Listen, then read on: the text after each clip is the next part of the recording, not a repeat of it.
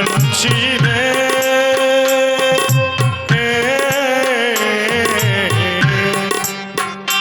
तेरा दर्द न जाने को, तेरा दर्द न जाने को। बाहर से तू खामोश रही और भीतर भीतर रोए रे, भीतर भीतर रो, तेरा दर्द न जाने को, तेरा दर्द न जाने को।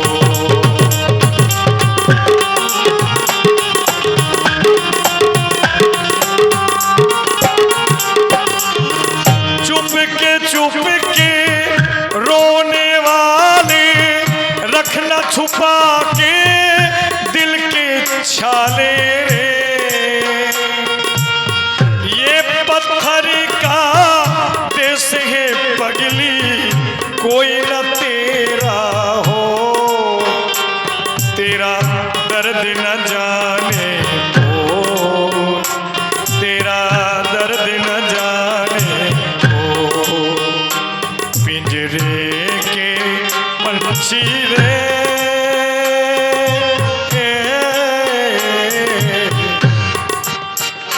तेरा दर्द न जाने को, तेरा दर्द न जाने को।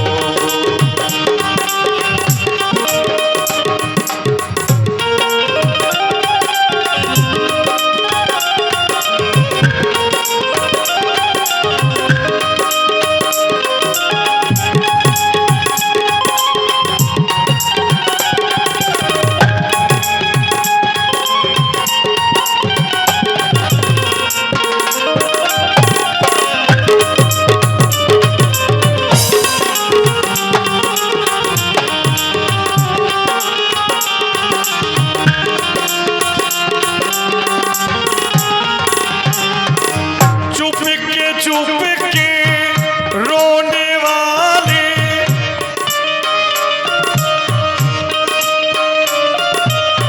चुप के रोने वाले रखना छुपा के दिल के छाले रे।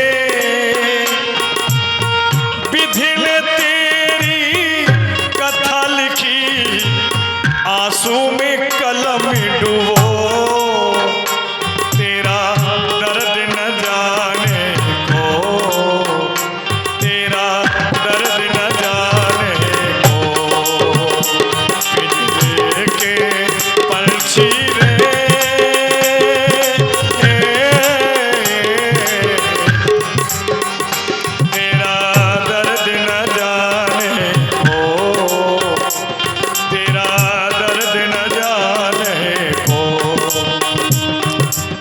₹100 गजानन टाइल्स पर बहुत बहुत धन्यवाद।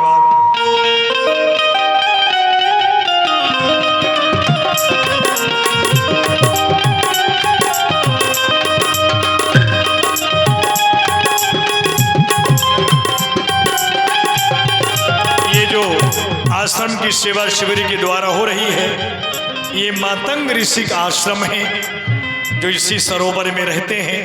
सरोवर के समीप कुटिया है, गुप्त सेवा कर रही है शिवरी। आखिर एक दिन महाराज जी ने सभी शिष्यों को बुला करके पूछना प्रारंभ किया।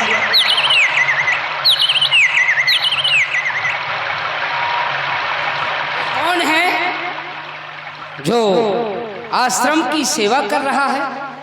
कितना सुंदर आश्रम देखो, चारों तरफ सफाई की है, फूल बिछे हुए हैं और जंगल से लकड़ी भी लाकर रख दी।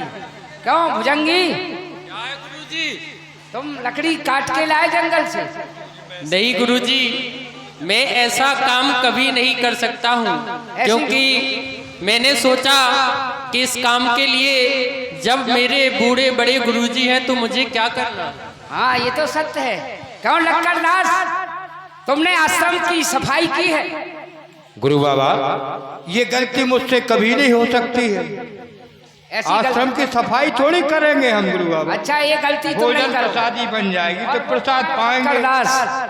अच्छा, तो तुमने ना आश्रम की सफाई की ना जंगल से लकड़ी लाई? नहीं गुरु बाबा, ये नहीं। फूल किसने बिछाए हैं? पता नहीं गुरु बाबा किसने बिछाए हैं, आप ही जानो। ठीक है, तुम जाओ, जाओ आश्रम में पहुंचो। मैं आज रात्रि में छुप कर देखता हूँ कि ऐसा कौन सा भक्त है जो कि चारों तरफ आश्रम की सफाई करता है और जंगल से लकड़ी काट के रखता है और फूल बिछाता है। देखूंगा आज। हे नाथ मुझे अपना लेना, हे नाथ मुझे अपना लेना, हे नाथ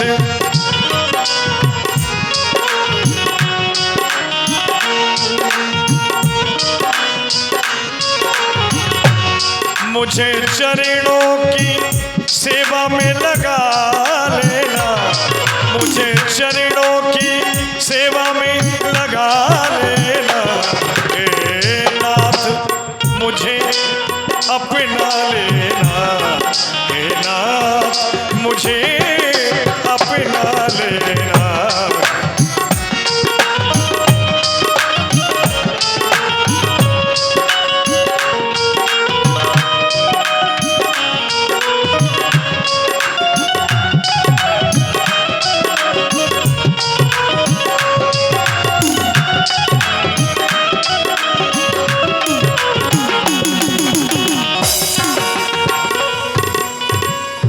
अच्छा देवी, तुम आश्रम की सेवा कर रही हो कई दिन से? नहीं, मैं तो आज ही आई हूँ गुरुजी, क्षमा कर दो, अब नहीं आऊंगी।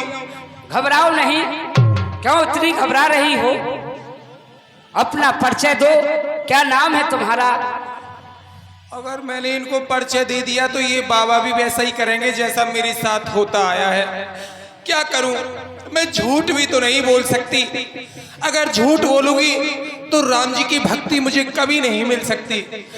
हे गुरुदेव, और इस युवा अवस्था में तुम इस बियाबान जंगल में भटक रही हो, आखिर क्या कारण है? अपना नाम परिचय बताओ। मेरी बहुत दुख भरी कहानी है, मैं आपको बताती हूँ।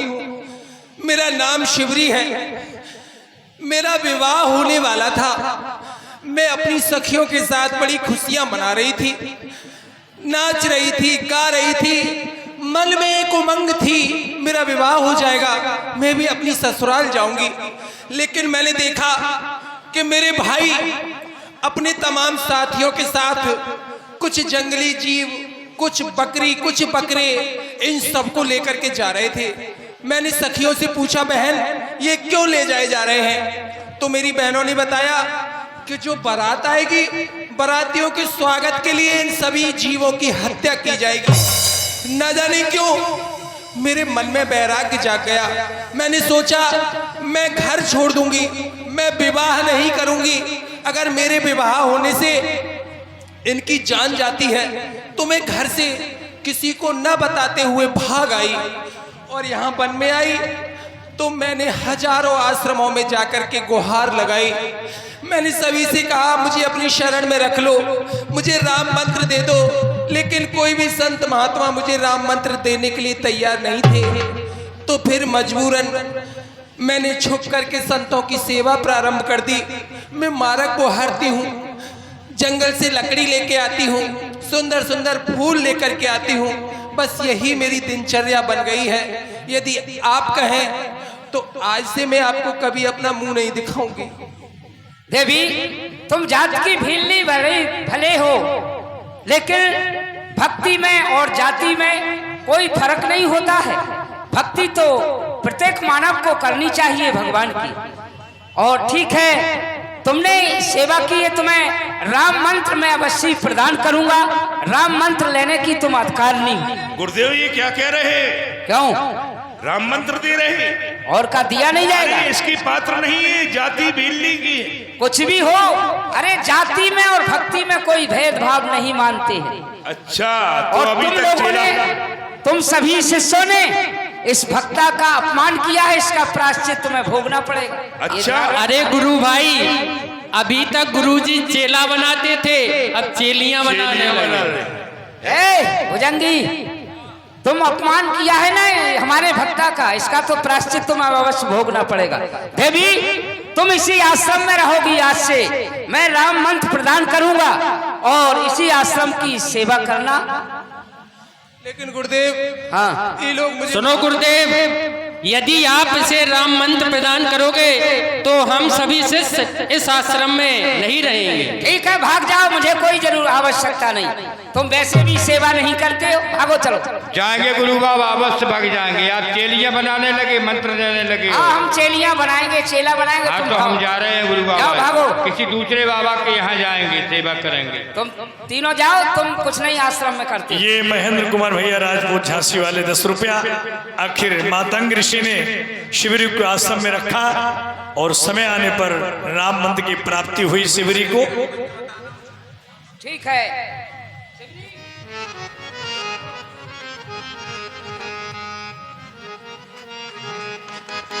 ओम राम रमेति रामेति रमे रामे मनोरमे सहस्रनाम ततुल्यम राम नाम वरानने।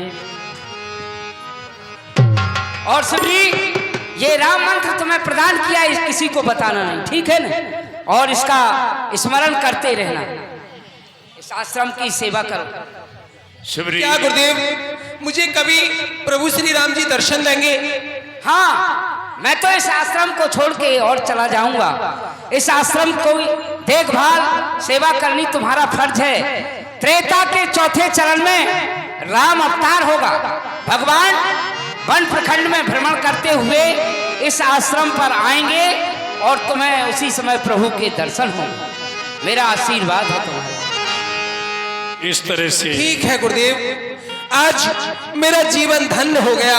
अब तो बस नित्य प्रतिदिन का मेरा यही नियम रहेगा कि राम जी का भजन करूंगी, राम जी की राह देखूंगी। धन्य है भक्तनी शिवरी, हमारे वक्तव्य द्वारा तुम्हारे हृदय में बड़ा ही कष्ट हुआ। हम तुमसे क्षमा चाहते हैं।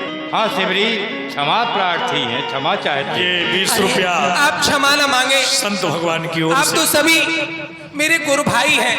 आप क्षमा मांग करके मुझे लज्जित ना करें। अब तो हो मैं तो कर रही रास्ता साफ, राम मेरे कब घर आवेंगे। मैं तो कर रही रास्ता साफ, राम मेरे कब घर आवेंगे। मैं तो कर रही रास्ता साफ, राम मेरे कब घर। इस तरह से शिवरी ने भगवान की भक्ति प्राप्त की। शिवरी अपनी तरुण अवस्था को छोड़ करके वृद्ध अवस्था में आ गई, लेकिन उसका वही दिनचर्या था, भगवान की राह देखना,